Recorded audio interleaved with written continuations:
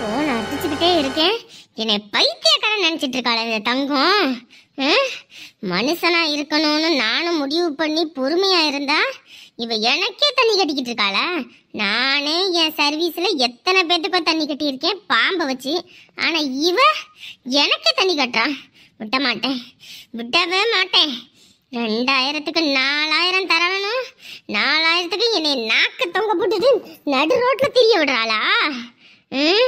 காரியம் முடிஞ்ச உடனேயுமே என்னையே கழுத்தறுக்கலான்னு பாக்குறியா? விட்ட மாட்டேன்டி, விட்ட மாட்டேன். அவனை நான் காலை பிடிப்பேன், இல்லைன்னா கழுத்தை பிடிப்பேன். அதுதானே ஓரகம். நீ யாரு என்னன்னு எனக்கு காட்டிட்ட, நான் யாரு என்னன்னு உனக்கு காட்ட வேண்டிய நேரம் வந்துருச்சு. வாரேன், இப்பயே வாரேன். வரும்போது கையோட எடுத்துக்கிட்டே வாரேன். உன் சோழிய முடிக்கல நான் பாம்புக்காரன் இல்லடி. நேர்மை உண்டு ஓடு ராஜா, நேரம் வரும் காத்திருந்து பாரு ராஜா, அஞ்சி அஞ்சி வாழ்ந்தது போதும் ராஜா.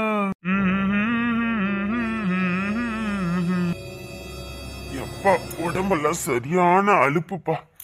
ஐயோ, இன்னைக்கெல்லாம் அங்க இங்கே அலைஞ்சது, அதுவும் இல்லாம ஓடி ஓடி அங்க வேலை வெட்டி பார்த்தது, உடம்பெல்லாம் வலிக்குது. இவன் என்ன இப்படி படுத்து கிடக்குற?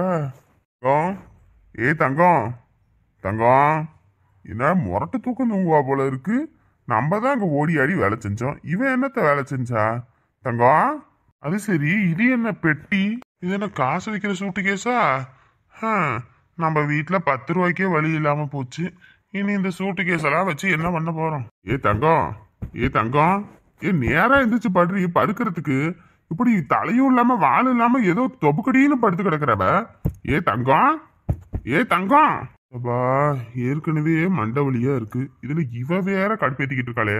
ஏ தங்கம், ஏ தங்கம், கூப்பிட்டா கேட்காது, ஒன்னு வச்சாதான் கேட்கும்.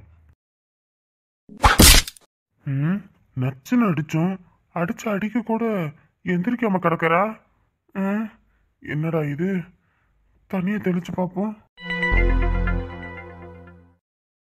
ஐயோ, ஏ தங்கம், ஏய், ஐயோ, செத்துக்கிட்டு போயிட்டாளா? நல்லா தானடி இருந்த தங்கம், இங்க பாரு.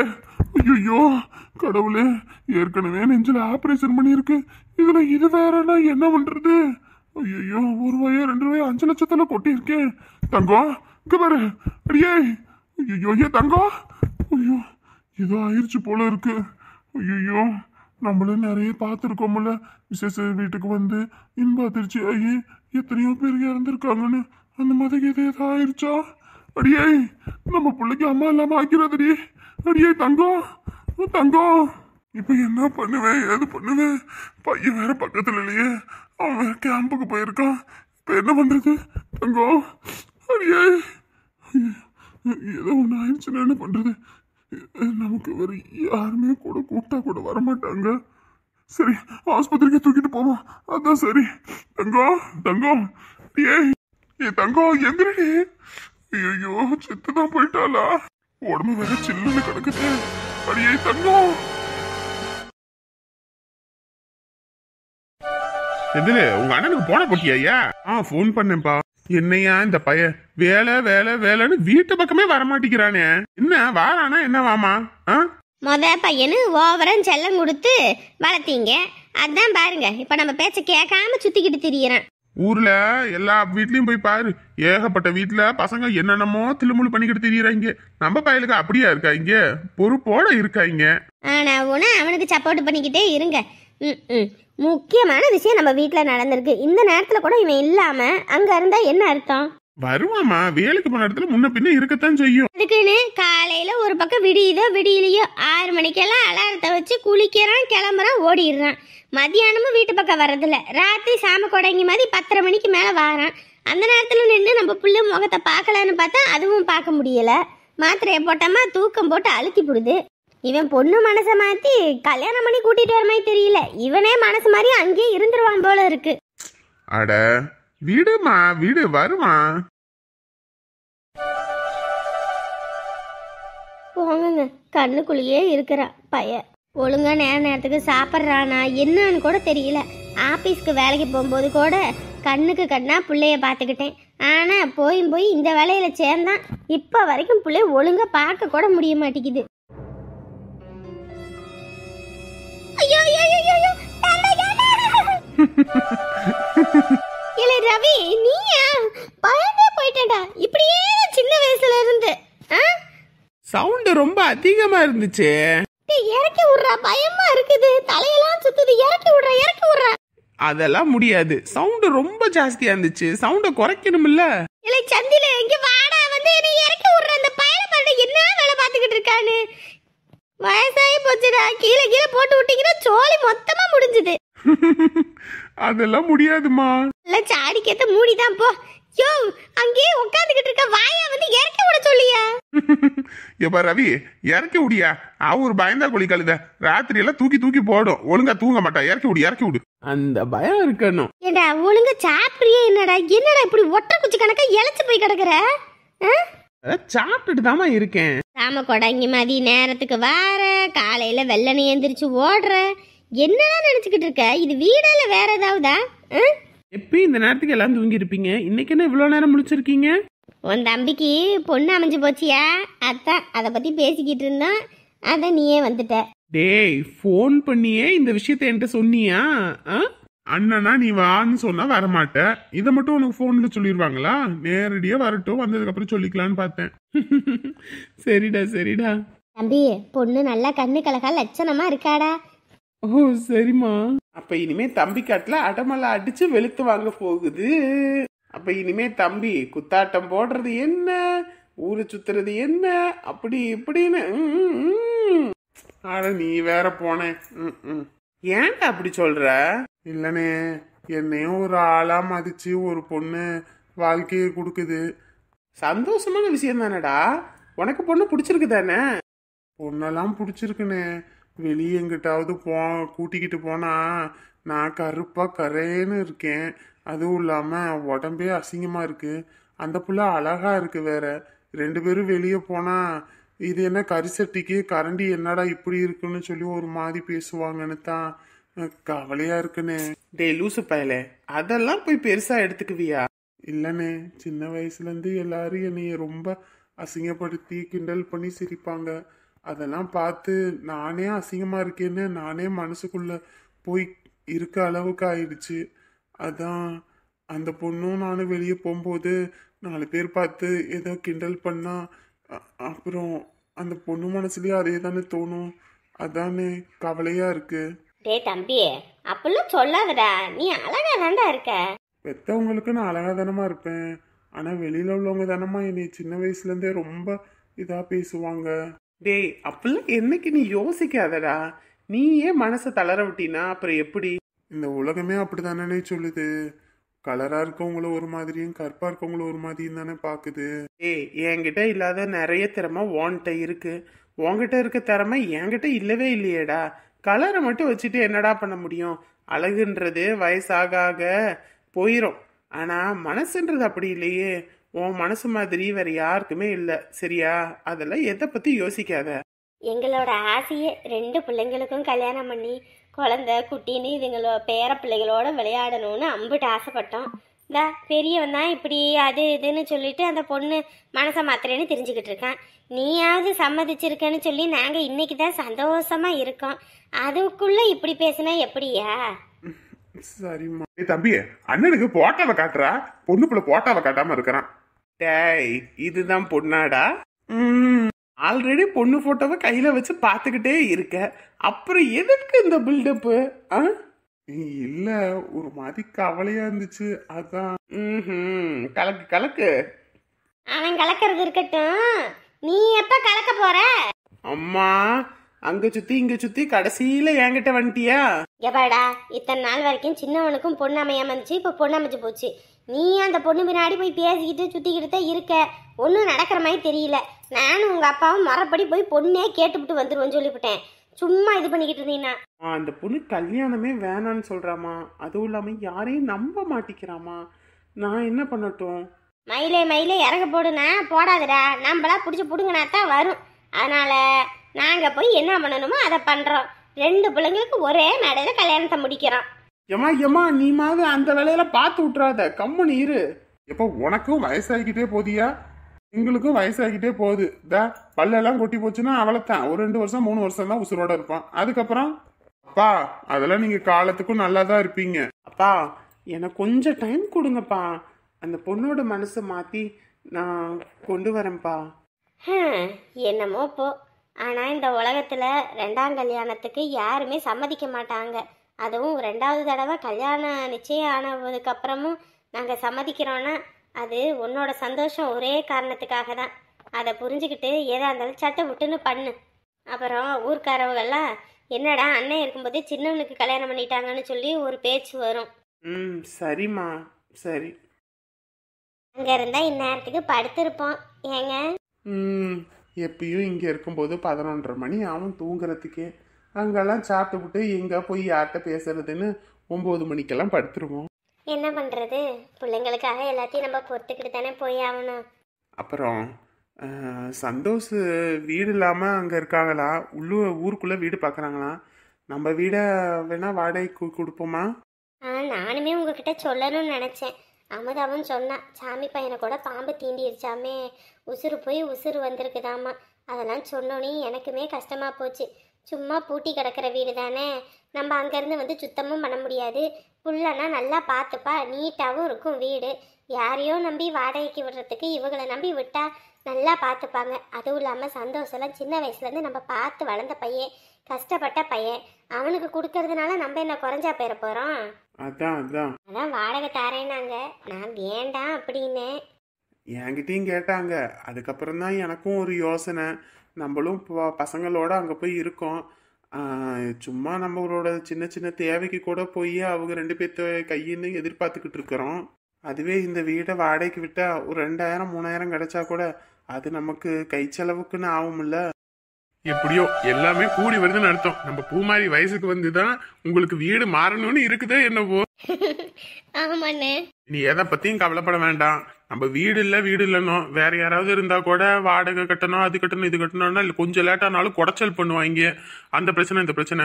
ஆனா பத்திரக்காளியாக வீட்டுல எந்த பிரச்சனையும் இல்லை. தண்ணி வசதி எல்லாம் இருக்குது, போர் போட்டிருக்காங்க, எல்லாமே இருக்கு. எங்கிட்டு வெளியே போகணுன்ற அவசியம் இல்ல. எங்க குட்டி குழந்தையா சந்தோஷம் தானே? சந்தோஷம் ஒரு பக்கம் இருந்தாலும் ஒழுங்கா படிக்கணும், அதுதான் முக்கியம். சரியா? கண்டிப்பா படிப்பேன் மாமா. எனக்கு என்னமோ தோணுது, பத்திரகாளி அக்கா வீட்டுக்கு போற நேரம் நமக்கு எல்லாமே நல்லபடியா நடக்கும்னு. என்ன நல்லபடியா நடக்கும்? இனி எல்லாமே நல்லதா தான் நடக்கும். நம்ம குடும்பத்துக்கு பிடிச்ச எல்லா பீடையும் விலகிருச்சுன்னு என் மனசுக்கே தோணுதுன்னா பாத்துக்கங்க. மச்சி, மாப்பிள்ளையோட போட்டோ, அவர் எங்க ஒர்க் பண்றாருன்னு எல்லா டீட்டெயில்ஸுமே உனக்கு அனுப்பியிருக்கேன்டா. தெளிவா பார்த்துட்டு என்கிட்ட சொல்லு. எனக்கு வீட்டுல சிஸ்டம் இருந்துச்சுன்னா நானே செக் பண்ணிடுவேன். என்னால பண்ண முடியாத ஒரு காரணத்துக்காக தான் அனுப்புறேன். கொஞ்சம் தெளிவா பார்த்து சொல்லு. சரிடா, நான் பார்த்து சொல்றேன்டா. சொல்லாம எங்கடா போவேன்? இவரு காவியா என் தங்கச்சி மட்டும் இல்ல, உனக்கும் தங்கச்சி தான்.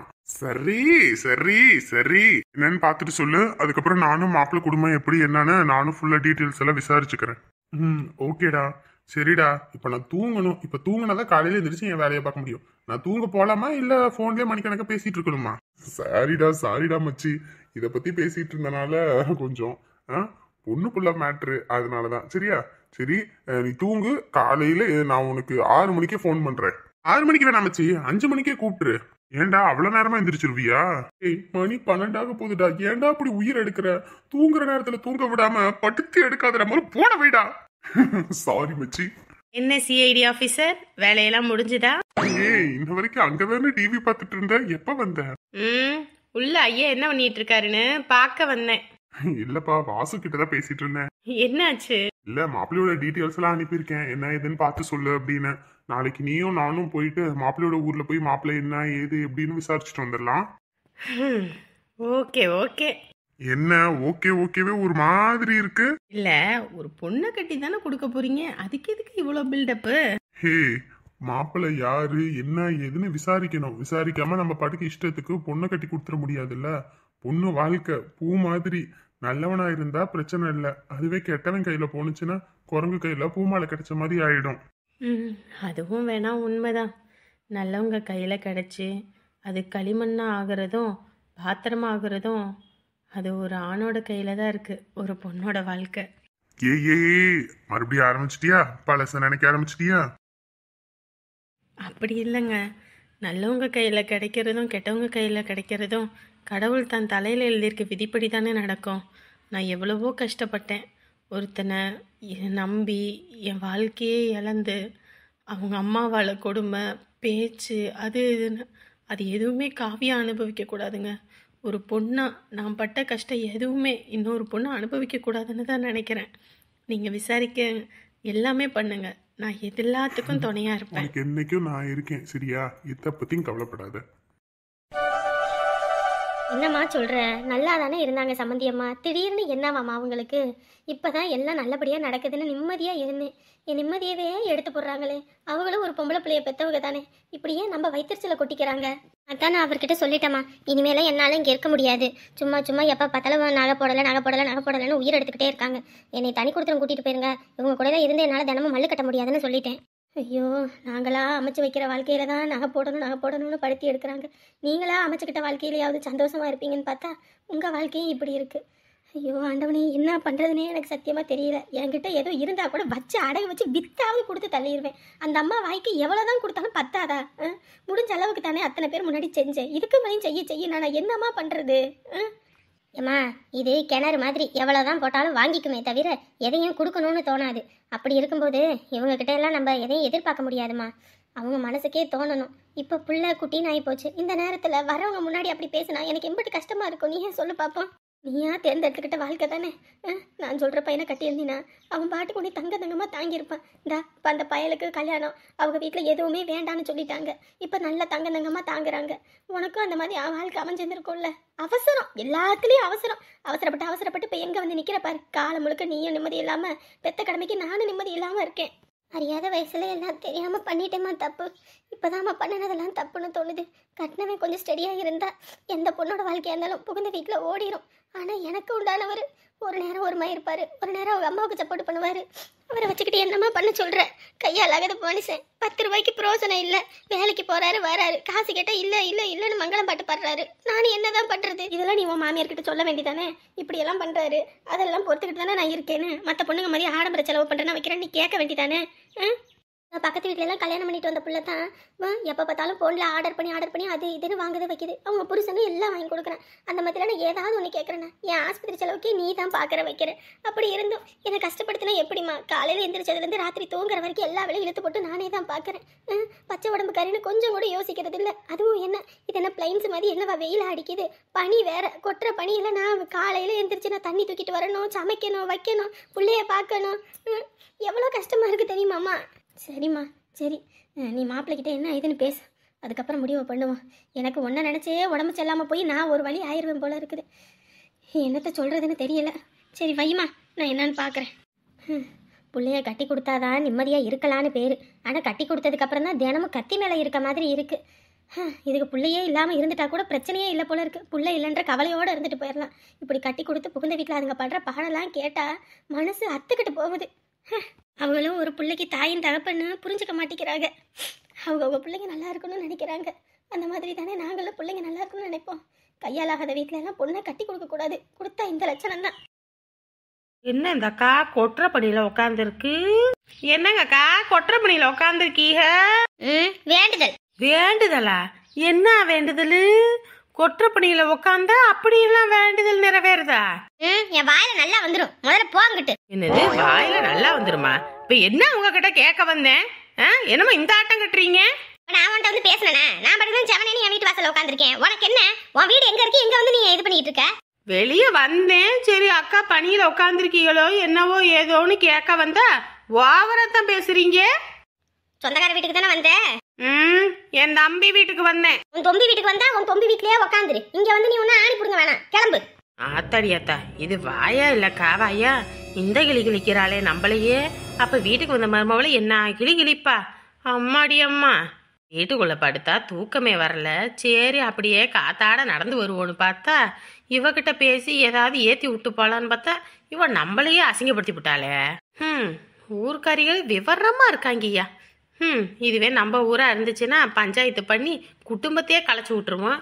இங்கேயெல்லாம் உஷாராத்தான் இருக்காங்க. வந்துட்டாளுங்க. யார் யார் வீட்டில் என்ன நடக்குது ஏது நடக்குதுன்னு நோட்டு பண்ணிக்கிட்டு வந்து குண்ட கமெண்டக்க பேசிக்கிட்டு வாயில அவளா இருக்கிறதுக்கு. காலையில வீட்டை விட்டு கோச்சிட்டு போன பையன் இன்ன வரைக்கும் வீடு வரல. மகாராசி வீட்டுக்குள்ள அப்படியே பொத்தி வச்சு உள்ள உட்காந்துருக்கிறா. வரட்டும் வரட்டும், என்ன நடக்குது ஏது நடக்குதுன்னு பாக்குறேன். என் பையன் இன்ன வரைக்கும் வீடு வரல, நல்லா தின்னுபுட்டு நல்லா கொளுத்த பண்ணி கணக்கா கிடக்குறா.